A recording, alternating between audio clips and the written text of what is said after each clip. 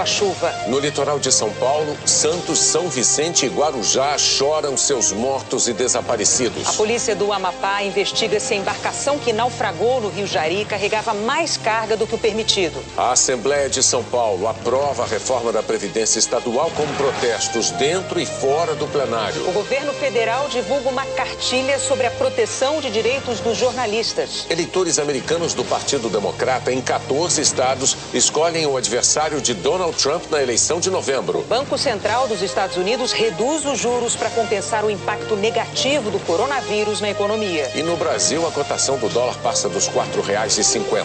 O Jornal Nacional está começando.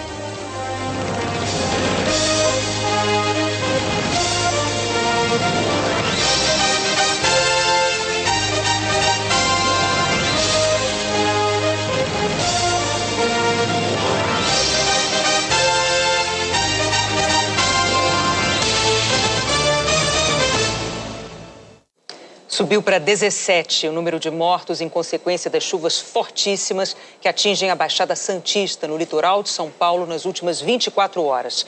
Mais de 30 pessoas estão desaparecidas. A chuva começou no fim da tarde de ontem e virou temporal por volta das 8 da noite. Em 12 horas, choveu mais que o esperado para todo o mês de março nas 9 cidades da Baixada Santista, segundo a Defesa Civil do Estado. Muitas ruas ficaram alagadas em Mongaguá, Itanhaém, Cubatão. Em Peruíbe, 25 pessoas ficaram desalojadas. 40 escolas estaduais suspenderam as aulas hoje. Só em Santos, a maior das 9 cidades, houve mais de 60 deslizamentos em morros. E a gente se sente impotente, não pode fazer nada. Nunca vi uma situação dessa nesse morro. Já teve outros deslizamentos, mas igual esse aqui, difícil. Essas imagens gravadas por câmeras de monitoramento mostram o momento em que a terra veio abaixo no Morro Parque Prainha, em São Vicente. Houve deslizamento também nos morros do Itararé, Barbosas e da Ilha Porchá. No Guarujá, a terra cedeu no Morro da Enseada e no Morro do Macaco Molhado. Casas de uma rua inteira foram destruídas. Quando amanheceu, os bombeiros já contavam 3 mortos. Este homem ficou parcialmente soterrado e só conseguiu se salvar com a ajuda dos vizinhos. Eu estava dormindo, aí acordei com aquela casa já desabando, a esteira, as tábuas caindo em cima de mim. E outras 4 pessoas, incluindo um outro bombeiro, ficaram soterradas aqui no morro, no meio de tanta lama. E desde cedo começou uma força-tarefa em busca dos desaparecidos. Pela manhã, o governador de São Paulo, João Dória, sobrevoou a Baixada Santista. O temporal também provocou estragos nas estradas. A rodovia Anchieta está totalmente interditada no sentido São Paulo há mais de 24 horas. No sentido litoral, há bloqueios em vários trechos. A rodovia Cônego Domênico Rangoni, um dos principais corredores de acesso ao Guarujá, também teve quedas de barreiras e há bloqueios. A chuva que não para e o solo encharcado dificultaram o trabalho de buscas dos desaparecidos. Alguns moradores vão escavando, revirando os escombros e, de repente, encontram uma vítima. Os bombeiros são chamados e pedem silêncio. Silêncio! A comunidade ajuda mais uma vez. O trabalho precisa ser feito com muito cuidado. Ir de um lugar a outro nesta área onde teve um deslizamento de terra na barreira do João Guarda não é fácil. Eram aproximadamente 60 casas aqui. Bombeiros de outras cidades e até os que estavam de folga foram chamados. E mesmo com toda esta ajuda, o trabalho parece não ter fim. A gente tenta ajudar de qualquer forma. É um desespero da gente. Né? Muitas famílias, gente. Eu não sei nem o que dizer. Já vi muito corpo, já vi um corpo do outro lado. Um rapaz, um senhor mais velho, já vi uma criança, é difícil a situação. No Morro do Macaco, também em Guarujá, 3 pessoas morreram, mãe e filha e um bombeiro que trabalhava no salvamento das vítimas. Em Santos, uma mulher de 30 anos morreu num deslizamento no Morro do Tetel. Uma criança de 7 anos, moradora do Morro São Bento, foi socorrida e está internada na UTI da Santa Casa de Santos. Perdi a minha vizinha, minha melhor amiga. E tá um desespero, tá todo mundo desesperado, o morro inteiro, tava todo mundo aqui embaixo a madrugada toda. Em São Vicente, um casal de idosos morreu quando tentava deixar a casa onde moravam no Morro Parque da Prainha. Também em São Vicente, um homem morreu. A cama em que ele dormia numa clínica de idosos afundou num buraco aberto pela chuva. O governo de São Paulo anunciou a concessão de um auxílio moradia emergencial de até R$ 300 por mês para os moradores que tiveram a casa destruída nas cidades que decretarem situação de emergência ou estado de calamidade, que é o caso de Guarujá e de São Vicente. A Defesa Civil e o Fundo Social de São Paulo estão coordenando a remessa de toneladas de produtos como colchões, cobertores, cestas básicas e água potável para os municípios afetados. No Rio de Janeiro, subiu para 5 o número de mortos por causa dos temporais do fim de semana. Os bombeiros encontraram um corpo no município de Queimados. Mateus Souza Oliveira foi levado pela correnteza. No Jardim América, na zona oeste do Rio, 6 casas desabaram hoje de manhã. Como ontem já havia sinais de desmoronamento, as famílias tinham saído e ninguém se feriu. Choveu menos hoje no Espírito Santo, mas os moradores ainda enfrentam transtornos. No norte do estado, o Rio Doce subiu ainda mais e está perto de transbordar na cidade de Linhares. Em Alfredo Chaves, na região serrana, muita lama e destroços. A Defesa Civil registrou diversos deslizamentos de terra. 600 pessoas estão fora de casa no estado. A gente vai agora lá para São Paulo conversar sobre a previsão do tempo com a Anne Lotterman. Anne, boa noite. Vamos começar então pela Baixada Santista? Vamos sim, Renata. Boa noite para você, para o Bonner. Boa noite a todos. A chuva perde força amanhã. Guarujá, Santos e São Vicente ficam bem próximas uma da outra. E nos próximos dias, a previsão é de chuva fraca. No sábado, ela pode apertar em alguns momentos, mas não é temporal. A chuva para completamente no domingo. O que provocou esse temporal foi a combinação de alguns fatores. Os principais: baixa pressão perto da costa, que organizou e deixou as nuvens mais carregadas, e fortes ventos em altitude, chamado de cavado. Ele deixa as nuvens de chuva maiores, porque acelera a subida da umidade, deixando essas nuvens mais altas e muito mais carregadas.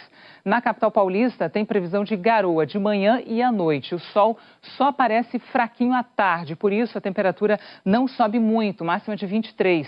No Rio de Janeiro, a chuva também diminui e a máxima não deve passar dos 29 graus. Apesar da chuva diminuir amanhã, o solo está muito encharcado e, com isso, o risco de deslizamentos de terra continua alto. Na Baixada Santista, litoral norte e Vale do Paraíba, em São Paulo, na região metropolitana, região da Serra, também sul do estado do Rio de Janeiro, em todo o estado do Espírito Santo e na Zona da Mata, região metropolitana e Vale do Rio Doce, em Minas Gerais. A chuva deve ser forte amanhã, principalmente em Vitória, onde são esperados 45 milímetros.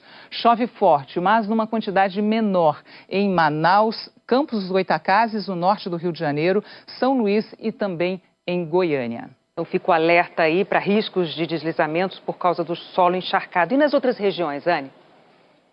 Nas outras regiões, Renata, eu vou destacar o sol, que aparece de Roraima até o norte do Amapá, todo o litoral da Bahia até Alagoas e em praticamente toda a região sul, grande parte de São Paulo, subindo até o centro-sul aqui do Mato Grosso. Sol e calor em Porto Alegre, Cuiabá, Boa Vista, Salvador e também Aracaju. Em Curitiba, a temperatura não deve passar dos 24 graus. Em Campo Grande e Natal, máxima de 30, 31 graus em Porto Velho e também Macapá, e São Luís e Maceió, máxima de 32 graus amanhã. Até amanhã, Renata. Até amanhã. No estado americano do Tennessee, 22 pessoas morreram, 30 ficaram feridas na passagem de tornados. O número de mortos pode aumentar porque ainda há desaparecidos. Dezenas de casas foram destruídas e milhares de pessoas ficaram sem energia elétrica. A polícia do Amapá está investigando a suspeita de que a embarcação que naufragou no Rio Jari carregava mais carga do que permitido. 22 mortes estão confirmadas até agora. 13 pessoas são consideradas desaparecidas e 49 foram resgatadas. Os mergulhadores só conseguem trabalhar 4 horas por dia no fundo do rio quando a maré baixa e a correnteza diminui. Mas as buscas na superfície são constantes. Como o navio fazia paradas para embarque e desembarque durante a viagem, não dá para saber o número exato de passageiros. De acordo com o Ministério Público do Estado, não havia uma lista oficial de passageiros e cargas. A empresa de navegação Erlon Rocha Transportes, dona do navio, é de Santarém, no Pará. A empresa informou em nota que a embarcação estava alugada. O Ministério Público disse que, mesmo assim, vai investigar a empresa no inquérito. Segundo informações ditas, teria sublocado a embarcação, mas isso não exclui a responsabilidade civil decorrente desse sinistro, desse fato de serviço que ocorreu, com relação às mortes.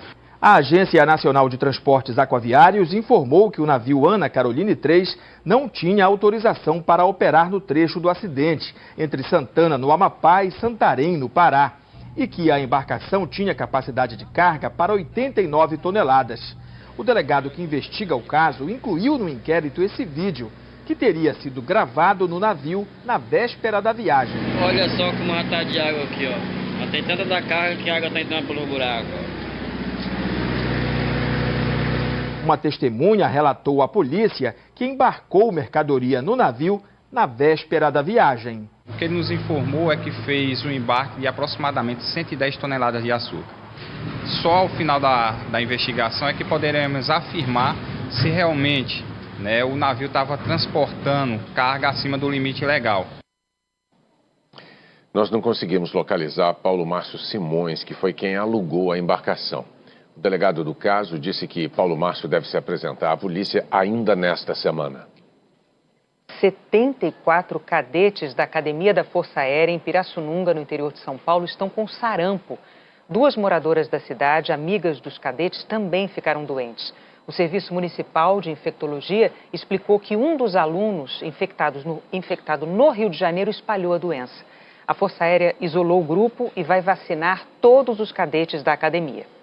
O número de casos suspeitos do novo coronavírus em todo o Brasil passou para 488. O número de casos confirmados não mudou. 2 brasileiros que estiveram na Itália contraíram a doença e estão em isolamento domiciliar em São Paulo. Hoje, entraram na lista 55 novos casos suspeitos em quase todo o país. A maioria em São Paulo. Depois, Rio Grande do Sul, Rio de Janeiro e Minas Gerais. 240 casos foram descartados. A partir de amanhã, o Ministério da Saúde vai aumentar de 16 para 27 o número de países na lista de alerta para o novo coronavírus. Mais países europeus e os Estados Unidos entraram na lista. A equipe do Ministério da Saúde diz que o governo está preparado para um possível aumento do número de casos suspeitos, por causa da quantidade de brasileiros que viajam para esses lugares. Mesmo assim, o Ministério da Saúde reforça que não há motivo para pânico ou uma corrida aos postos de saúde por brasileiros que viajaram para o exterior. Se o cara está em casa, veio dos Estados Unidos, está com uma gripezinha, um pouco de febre, sintomas baixos, está se alimentando bem, não está inapetente, não tem nenhum outro prejuízo, é mais importante que ele faça a prevenção e os cuidados de higiene para não transmitir para outras pessoas, mesmo que não seja coronavírus, do que ele ir numa unidade de saúde, tentar identificar, será que eu tenho coronavírus? Vamos deixar para ir nas unidades de saúde aquelas pessoas que tiverem com sintomas mais fortes, sintomas mais intensos, e que realmente haja uma necessidade de buscar uma assistência. O Comitê Olímpico Internacional afirmou que está completamente comprometido em realizar a Olimpíada de Tóquio na data prevista, apesar da ameaça do novo coronavírus. Depois de uma reunião do Conselho Executivo do COI em Lausanne, na Suíça, o presidente Thomas Bach se declarou confiante no sucesso do evento. O presidente do COI afirmou que a conclusão é baseada em informações de uma força-tarefa, com organizadores dos Jogos de Tóquio, autoridades japonesas e especialistas da Organização Mundial da Saúde. Mas pouco depois, o diretor-geral da OMS ressaltou que o combinado é monitorar ainda mais a situação. Eu acho que decidir agora pode ser muito cedo, alertou Tedros Adhanom. Ele comparou a Covid-19 com a gripe comum. Disse que a taxa de letalidade do novo coronavírus está em 3,4%, enquanto a do influenza não chega a 1%. Mas a transmissão não é tão fácil como a do vírus influenza. E o novo coronavírus, segundo ele, pode ser contido. Enquanto os números de doentes na China diminuem, as autoridades chinesas tomam cuidado para que o vírus não volte. Quem chegar dos países que agora registram mais casos, Irã, Coreia do Sul e Itália, vai ter que ficar 14 dias em quarentena. No Irã, o novo coronavírus chegou ao parlamento, não apenas como assunto de debates. 23 parlamentares estão com a doença. A preocupação é tamanha que o governo decidiu libertar temporariamente mais de 54 mil presos. A Itália superou o Irã como o país com o maior número de mortes depois da China, 79.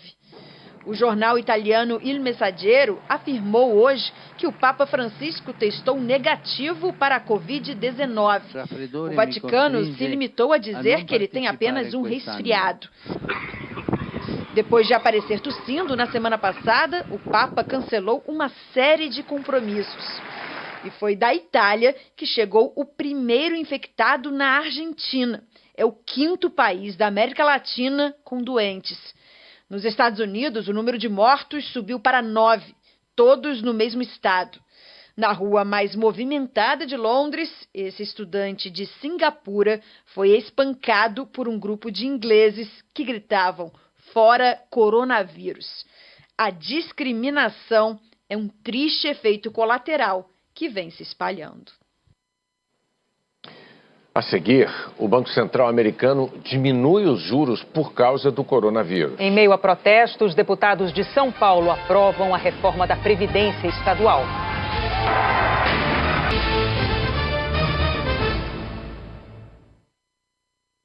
O Banco Central dos Estados Unidos fez hoje um corte extraordinário na taxa básica de juros, numa tentativa de compensar os efeitos negativos do coronavírus sobre a atividade econômica. A reunião para rever os juros estava marcada só para o dia 17 de março. Mas o Banco Central americano quebrou o protocolo e, de surpresa, o presidente Jerome Powell anunciou: estamos cortando a taxa de juros em 0,5 ponto percentual, trazendo a margem para de 1% a 1,25%. O coronavírus trouxe novos desafios e riscos. Fizemos isso para ajudar a economia americana a se manter firme. A ideia é tornar o empréstimo mais barato e, dessa forma, animar o mercado com novos investimentos. Na hora do anúncio surpresa, o principal índice da Bolsa de Valores aqui de Nova York disparou, subiu 2%. Mas logo depois começou a cair e fechou o dia em queda de quase 3%. O operador da Bolsa de Nova York, Peter Tuchman, resumiu o sentimento dos colegas do pregão, dizendo que o corte da taxa de juros não vai fazer o vírus desaparecer. O fechamento de hoje mostra que os investidores ainda estão preocupados, completou. O Fed foi o primeiro banco central de um país do G7, as 7 economias mais desenvolvidas do mundo, a anunciar corte nos juros. Em nota conjunta, os bancos centrais do grupo afirmaram que estão prontos para agir contra os efeitos do vírus na economia. As bolsas de valores europeias também subiram muito logo depois do aviso, mas depois recuaram. Em Londres e Frankfurt, os índices fecharam em alta de cerca de 1%. A Bolsa de Valores de São Paulo encerrou em queda e a cotação do dólar comercial voltou a bater recorde. O corte surpreendente dos juros nos Estados Unidos teve efeito imediato. Por volta do meio-dia, a Bolsa de Valores de São Paulo, que vinha em queda, começou a subir e o dólar, que estava em alta, passou a cair. Mas a reação positiva se inverteu.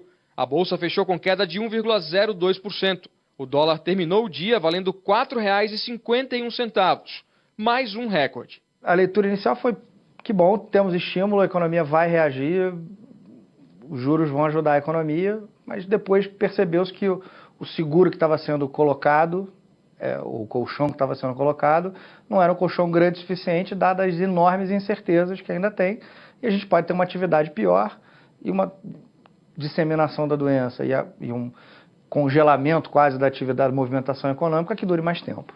O mercado financeiro agora espera que o Banco Central brasileiro também faça cortes nos juros para estimular a economia. Um dos gráficos que mais preocupam os investidores hoje é esse aqui. O índice que mede a atividade industrial na China registrou uma queda histórica em fevereiro. Hoje, ele é menor do que durante a crise financeira mundial de 2008. Por causa da falta de peças importadas da China, essa fábrica de Taubaté, no interior de São Paulo, suspendeu a produção de celulares essa semana. Hoje nós temos uma dependência de insumos importados de pelo menos 60%. A produção do setor, nós acreditamos que agora, durante o mês de março, ela poderá ter uma queda, assim, da ordem de 20% a 22%. Os chineses são os maiores parceiros comerciais do Brasil. A indústria têxtil depende de corantes, que vêm da China. A de calçados traz solados de lá. Fábricas de plástico e de vidro usam maquinários chineses na produção. Nós não pensávamos em fazer estoque porque aquilo que comprávamos com os chineses, os contratados com os chineses, efetivamente chegavam. Isso se transformou numa armadilha perigosa. O medo da epidemia de coronavírus também afeta o setor de viagens e turismo. No mundo inteiro, as companhias aéreas devem perder 29 bilhões de dólares este ano, de acordo com a Associação Internacional do Setor. Regina decidiu adiar a viagem que faria para a Itália este mês. Mas a empresa de cruzeiro se negou a reembolsar ou mudar a data. Eu não estou desistindo porque estou com vontade de desistir, mas sim porque está uma situação crítica na Itália e eu não quero correr esse risco. Depois do fechamento do mercado financeiro, o Banco Central brasileiro afirmou que monitora atentamente os impactos do coronavírus na economia e que as próximas 2 semanas vão permitir uma avaliação mais precisa do surto. O Copom vai se reunir para discutir a taxa básica de juros nos dias 17 e 18. A Assembleia Legislativa de São Paulo aprovou a reforma da Previdência dos servidores do Estado. Durante a sessão, houve confronto entre manifestantes e policiais. Os deputados estaduais se reuniram para a segunda votação do projeto. O texto aumenta a idade mínima para a aposentadoria de servidores paulistas, para mulheres de 55 para 62 anos, para homens de 60 para 65. O governo do estado afirma que a economia será de 32 bilhões de reais em 10 anos. Desde cedo, corredores estavam cheios de funcionários públicos que queriam acompanhar a votação. Do lado de fora da Assembleia, uma multidão protestava contra a reforma da Previdência Estadual.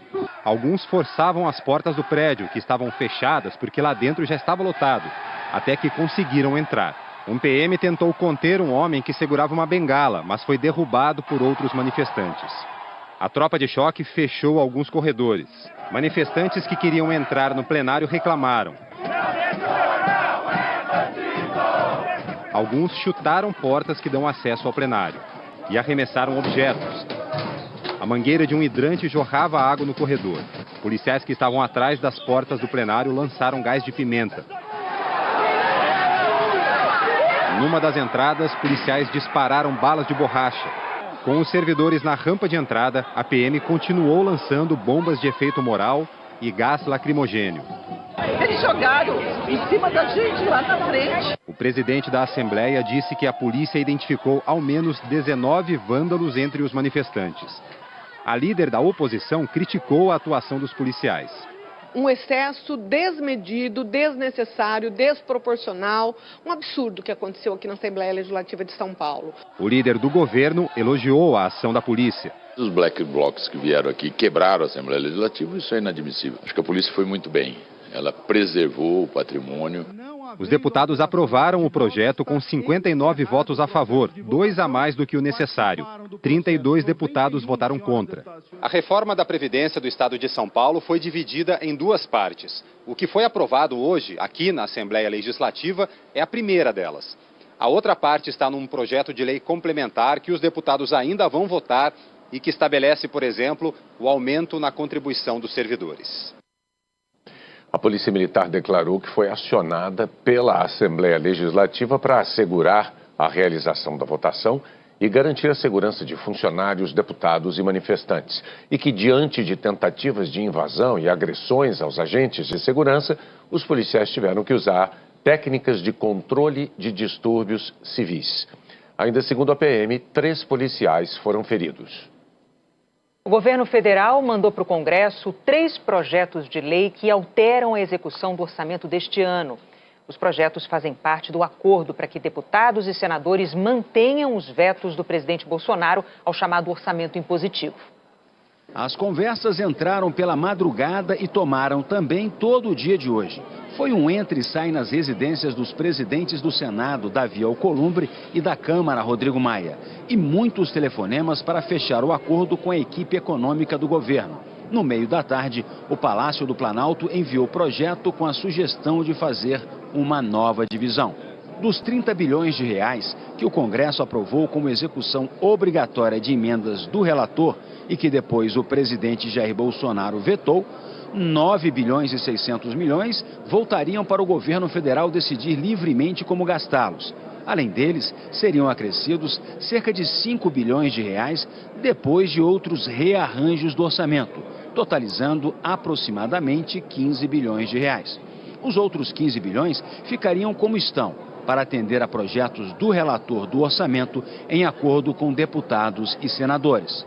Com o acordo, o Congresso se comprometeu a não derrubar os vetos do presidente Jair Bolsonaro às mudanças feitas em dezembro por deputados e senadores no orçamento deste ano. Além do projeto de redistribuição dos 30 bilhões de reais, o governo acertou com os presidentes da Câmara e do Senado o envio de outros 2 projetos. Eles criam novas regras para a liberação obrigatória do dinheiro das emendas de deputados e senadores. Uma delas estabelece que se o projeto não estiver de acordo com os programas do governo, o dinheiro pode não ser liberado.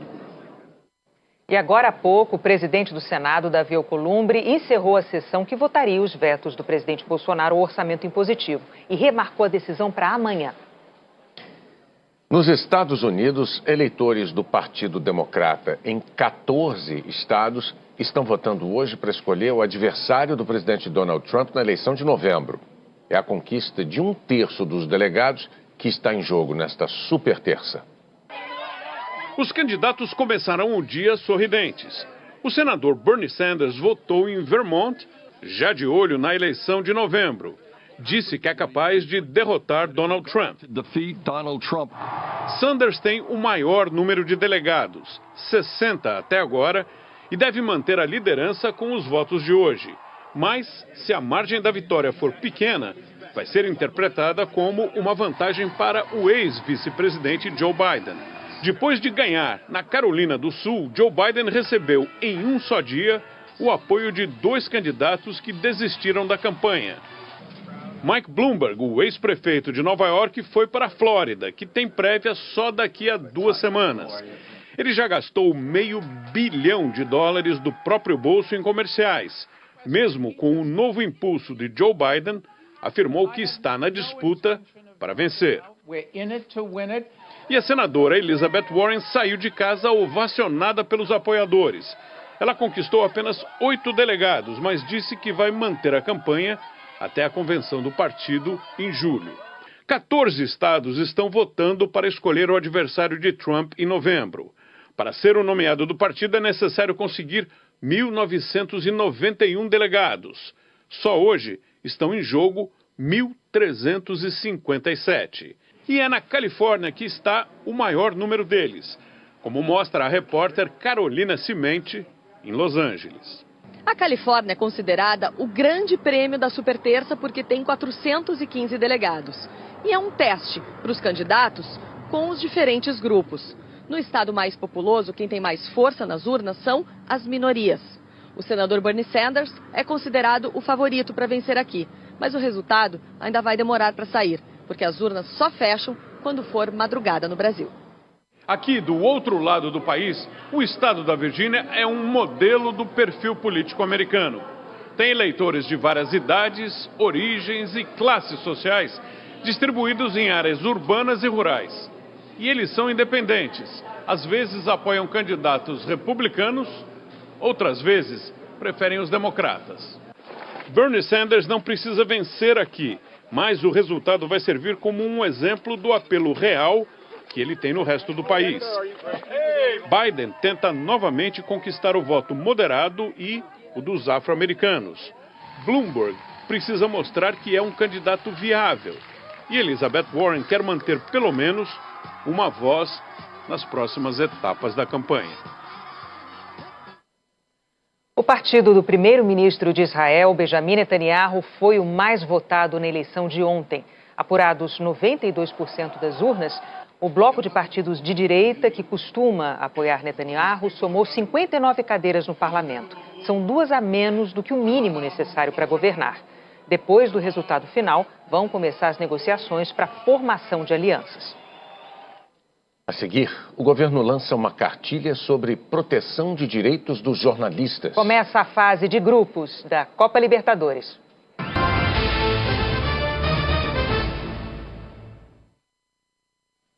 Morreu em São Paulo o jornalista Celso Pinto, que ajudou a criar o jornal Valor Econômico e era considerado um dos mais influentes profissionais da área no país. Nos últimos dias, os médicos tentavam combater uma pneumonia. A análise afiada. Quantas coisas estavam indo bem, o mercado inteiro fingia que não via. A experiência de quem cobriu inúmeras crises globais e domésticas. Essa psicologia de especulação é assim mesmo. Funciona dos dois lados, quer dizer, funciona do lado do pânico e funciona do lado da euforia. Nascido em 1953, Celso Pinto se formou em Ciências Sociais e em jornalismo. Estreou como repórter na Folha de São Paulo, foi correspondente, colunista e em 2000 lançou o Valor Econômico, parceria dos grupos Folha e Globo, que assumiu integralmente em 2016. Celso Pinto foi responsável pelo projeto editorial do Valor, que viria a se tornar o jornal de economia, finanças e negócios mais influente do país. Uma referência para empresários, formadores de opinião e políticos.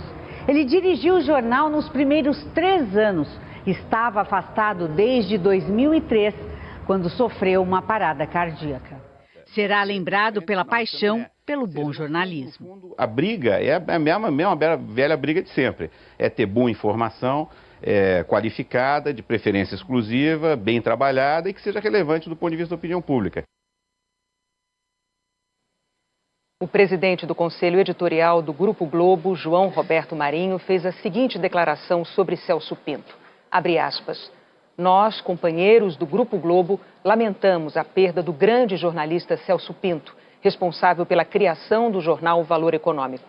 Celso será lembrado não só pela precisão de suas análises econômicas, mas principalmente pela ética no exercício da profissão e por sua capacidade de liderança.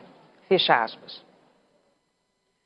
O Ministério da Mulher, Família e Direitos Humanos lançou hoje uma cartilha sobre proteção de direitos dos jornalistas. O texto é uma reedição da cartilha lançada no governo Temer em 2018 e cumpre parte das recomendações feitas pela Comissão Interamericana de Direitos Humanos. O documento reconhece a relevância dessas normas para a proteção dos jornalistas.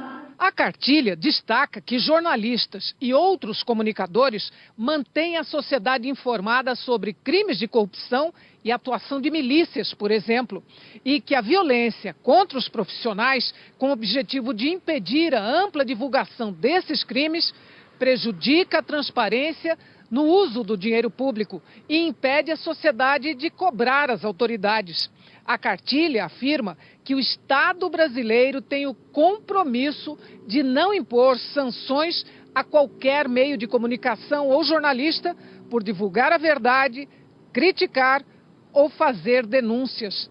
O Estado deve prevenir os crimes contra as pessoas por razão do exercício de seu direito à liberdade de pensamento e expressão.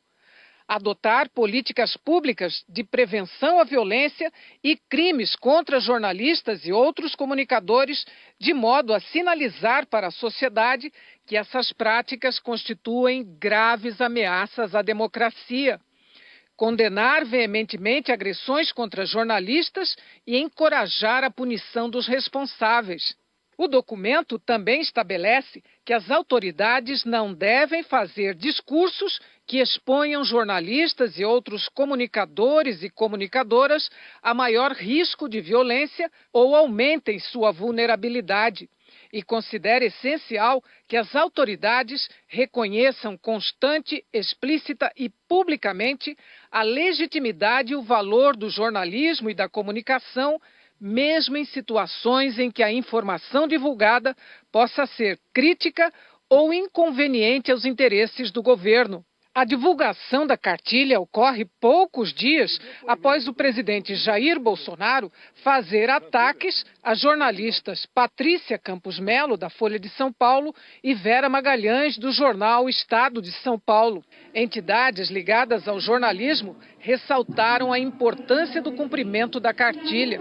A Associação Nacional de Jornais disse em nota que a cartilha está em dia com o que se defende em todo o mundo em relação à proteção dos jornalistas e que espera que o atual governo cumpra exemplarmente sua própria orientação e abdique de ataques a jornalistas e veículos de comunicação. A Associação Brasileira de Jornalismo Investigativo disse que espera que as autoridades, inclusive o presidente Jair Bolsonaro, sigam a cartilha. As regras de conduta que foram divulgadas ontem estão valendo desde antes de o Bolsonaro assumir a presidência.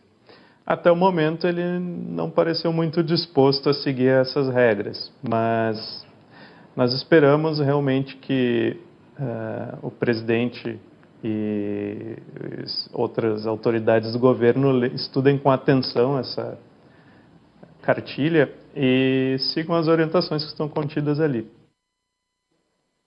O Instituto Inovare lançou hoje a 17ª edição do prêmio, que reconhece contribuições para modernizar a justiça. A premiação tem o apoio do Grupo Globo.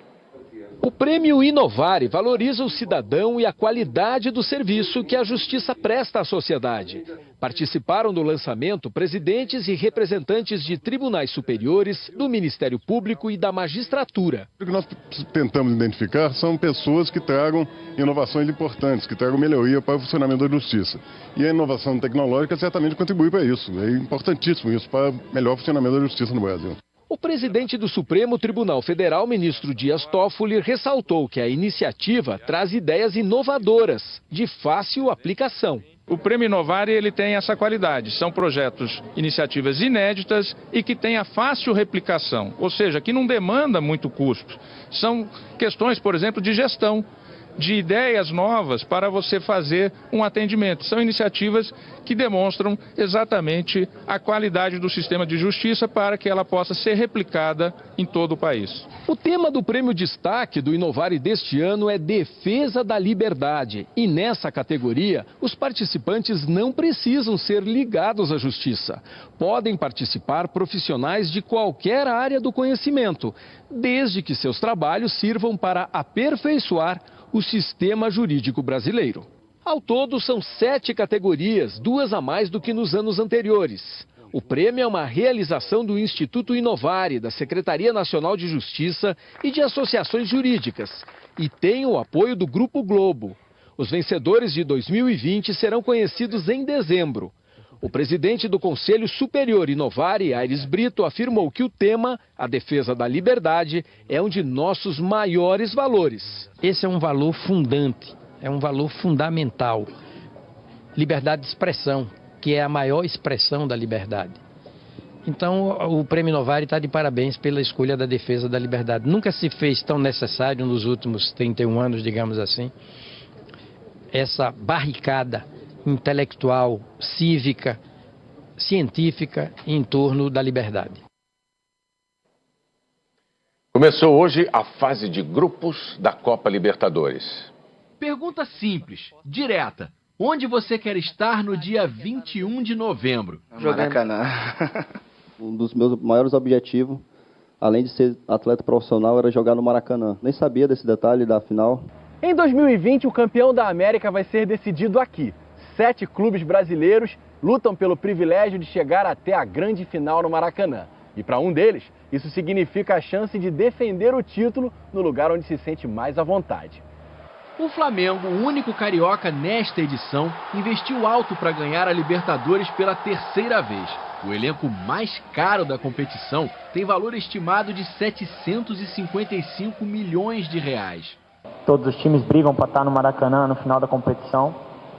Mas nós, com um gostinho mais especial por ser a nossa casa, mas temos que pensar primeiro passo a passo. E depois de Jorge Jesus, que levantou a taça ano passado, outro português quer conquistar a América. O experiente Jesualdo Ferreira vai tentar levar o Santos ao tetracampeonato. São Paulo e Grêmio também buscam o 4º título. Os 2 clubes ao lado do Palmeiras são os brasileiros com mais participações em Libertadores. Mas o caminho é longo, o caminho é cheio de espinhos. E tem um espinho vermelho no caminho do Grêmio chamado Internacional, já na fase de grupos. Pela primeira vez, os rivais gaúchos vão se encontrar na Libertadores. Conseguimos passar pela pré-Libertadores, que foi muito difícil, mas a gente está sendo competitivo e isso é importante. Como tem sido o Atlético Paranaense, demonstrando força nas competições de mata-mata, depois de vencer a Sul-Americana em 2018 e a Copa do Brasil ano passado. Agora quer subir mais um degrau e levar a Libertadores pela primeira vez. Não tem como não ter ansiedade, mas isso a gente tem que trabalhar no interior da gente e tentar controlar. É a missão deles, evitar uma festa estrangeira no maior palco do futebol brasileiro. O Jornal da Globo é depois de Fora de Hora. Boa noite. Boa noite para você, até amanhã.